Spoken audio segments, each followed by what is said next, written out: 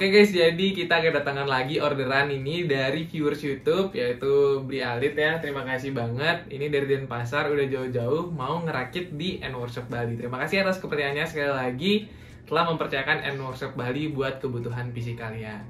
Nah, PC kali ini itu budgetnya ini cukup menantang sekali ya, yaitu 4 juta lebih dikit. Ini PC itu cocok banget menurut gua untuk para pelajar ya. Jadi kalau misalkan kalian pelajar yang lagi nabung, jadi ini kedepannya kalian bisa upgrade VGA-nya atau bahkan prosesornya buat ngasilin PC yang lebih gaming lagi kedepannya gitu ya. Jadi intinya gitulah, PC kali ini tuh menarik banget secara budget, itu friendly banget buat pelajar dan buat teman-teman yang suka rakit budget ya, tapi pakai part yang bener-bener baru, semuanya baru, bagus, dan mereknya juga aman banget, bergaransi gitu ya, nggak yang abal-abal, nggak yang aneh-aneh. PC 4 juta paling aman dan paling cocok buat kalian yang mau gaming tipis-tipis sekalipun nugas gitu ya. Gue udah banyak bacot nih, pokoknya kita rakit aja deh langsung deh, pokoknya banyak bacot banget dari tadi ini. Oke, langsung kita rakit ya, let's go. Oke, jadi langsung aja kita rakit. Ini kita pakai Mobo dari MSI ya, A320M A Pro. Jadi dia udah support Ryzen 3000 series. Kalau misalkan kalian mau pakai 5000 series pun kedepannya support, asal kalian update BIOS ya. Dan menurut gue update BIOS itu hal yang paling mengerikan ya. Padahal kayaknya kalau misalkan brand kayak MSI ini lebih mudah sih ya, dibanding brand-brand yang lain gitu ya. Bentar, kita ambil kelengkapan lainnya dulu.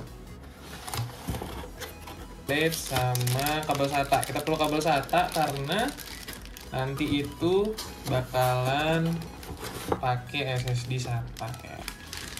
Dan ini dia si ganteng ya, Mobo under 1 juta tapi udah support AM4 dan bahkan sampai 5000 series kalau kalian update BIOS. Jadi worth it banget dari MSI ini, A320M A Pro. Harganya cuma 800 ribuan kalau nggak salah ya. Pertama kita harus buka dulu ini karena kita pakai cooling bawaannya Ryzen ya, jadi kita harus buka dulu. Kita ambil CPU kita, ini dia Ryzen 3 3200G. Oke, jadi ini masih segel ya, kita harus buka dulu ini pakai gunting ya.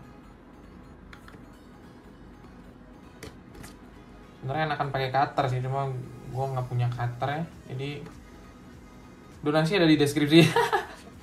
Bercanda guys. Nah ini dia nih, our baby. Pastikan ya kalau kalian lagi-lagi kalau mau pasang sendiri di rumah, kita zoom dulu. Set. Oke, nih. Kalian yang mau pasang sendiri, nih ingat ada titiknya di sini. Sama ini, sama segitiga yang ini ya. Jadi kalian nggak perlu takut guys. Pemasangannya itu cukup mudah ya, penting titiknya pas ya udah, terus kita dudukin aja nih CPU. Set. Nah udah duduk kan, langsung kita tarik tuasnya buat ngunci. Jadi ini dapat kunci nih, udah nggak kemana-mana dia. Oke, sip, gampang kan? Oke, gampang. Coolernya nih, ntar kita zoom out lagi. Set. Nah ini cooler bawaan dari si AMD Ryzen ya, yang bagus banget, yaitu Red Stealth. Kalau nggak salah namanya itu ya, Red Stealth. Dan ini udah ada thermal paste-nya juga, jadi kita tinggal pasang aja. Oke, bentuknya kayak gini ya, sesuaiin sama bautnya. Sip, udah, ini udah sturdy ya, udah solid. Langsung kita tancapkan ke CPU fan. Nih, tancapin di sini. Jadi kita mau lebih rapi atau gimana, boleh kalian atur ya. Untuk RAM, kita ini budget friendly banget. Kita pakai RAM standar dari Samsung. Yang pasti ini garansinya lifetime ya. Ini 8GB 3200 MHz. Oke. Jadi Mobonya support sampai 3200 guys. Cuma gue nggak tahu deh itu OC atau gimana. Kayaknya sih OC, tapi kita pakai 3200 saja. Jadi dia maximum speed.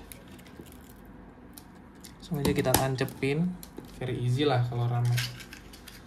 kalian udah paham lah kalau masang-masang RAM.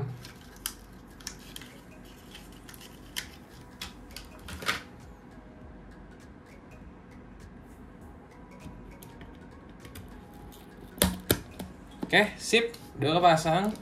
Jadi ini udah aman, tinggal kita pasang casing nanti, pasang PSU di casing, terus SSD-nya kita pasang juga ke casing. Ini SSD SATA dari Lexar ya. Kita pakai SSD SATA dari Lexar 256 GB. Ini udah secara merek sih ini udah aman banget, garansinya juga aman 3 tahun. Jadi 256 juga udah cukup untuk misalkan kalian para pelajar buat nugas ataupun nyimpen beberapa game kayak Valorant, game e-sport gitu lah. Oke, jadi aman banget. Kalau misalkan kurang masih bisa ditambah lagi ke depannya. Oke, jadi ini untuk sistem udah kencang banget sih SSD. Meskipun SATA, yang penting SSD ya teman-teman ya. Oke, jadi ini dia casingnya. Maaf kalau kaki gue kelihatan ya, karena tempatnya sempit banget dan gue nggak tahu di mana harus naruh HP. Jadi kita buka dulu aja tempered glassnya, terus kita amanin. Ini casing Aerocool Hexform yang kita pakai ya. Jadi Aerocool Hexform kenapa pakai ini? Karena dia secara build udah bagus, udah pakai tempered glass juga, kelihatannya mewah. Padahal harganya cuma 400 ribuan, tapi kalian juga udah dapat fan RGB 3 pieces ya. Jadi udah mantep banget lah ini casing dari segi harga.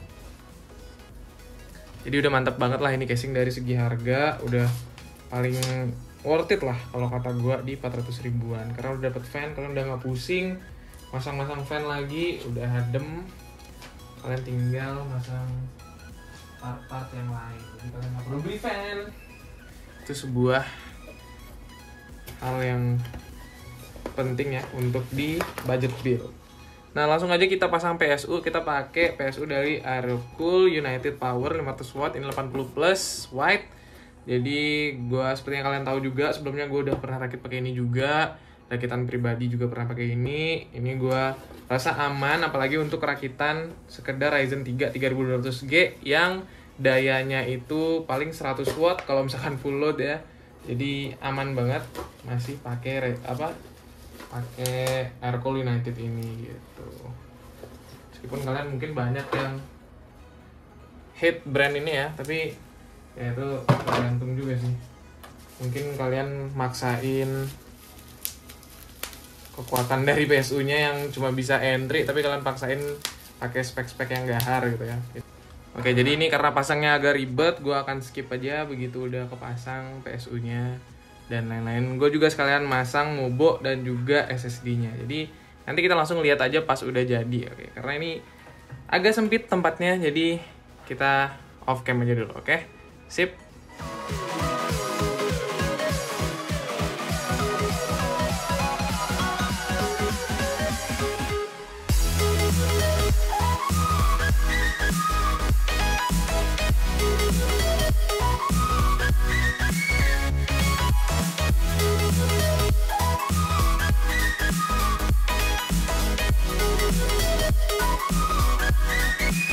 Oke, jadi ini kita lagi main Resident Evil 8 ya, settingannya di 1080 itu low ya, 100% render scale.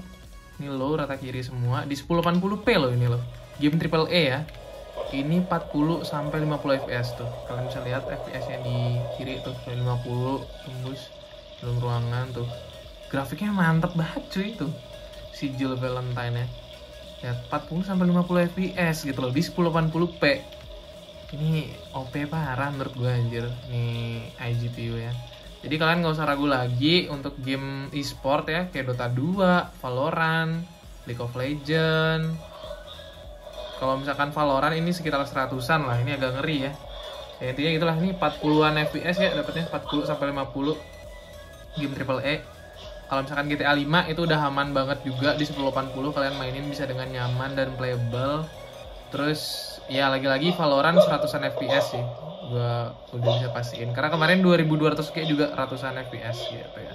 Oke, ini agak ngeri ya, kita stop di sini aja ya untuk benchmarknya. Oke, jadi segitu aja buat video kali ini. Thank you banget sekali lagi yang udah nonton dari awal sampai akhir. Semoga kalian bisa terhibur dan juga mendapat inspirasi ataupun kalian juga bisa belajar rakit PC juga. Oke. That's it for today. Thank you guys. Jangan lupa like, share, dan subscribe, dan juga kunjungin Instagram Workshop Bali. Dan juga gue terima kasih juga buat teman-teman yang udah komen. Seperti biasa, gue selalu bacain komentar-komentar positif dari kalian. Thank you. Bye-bye.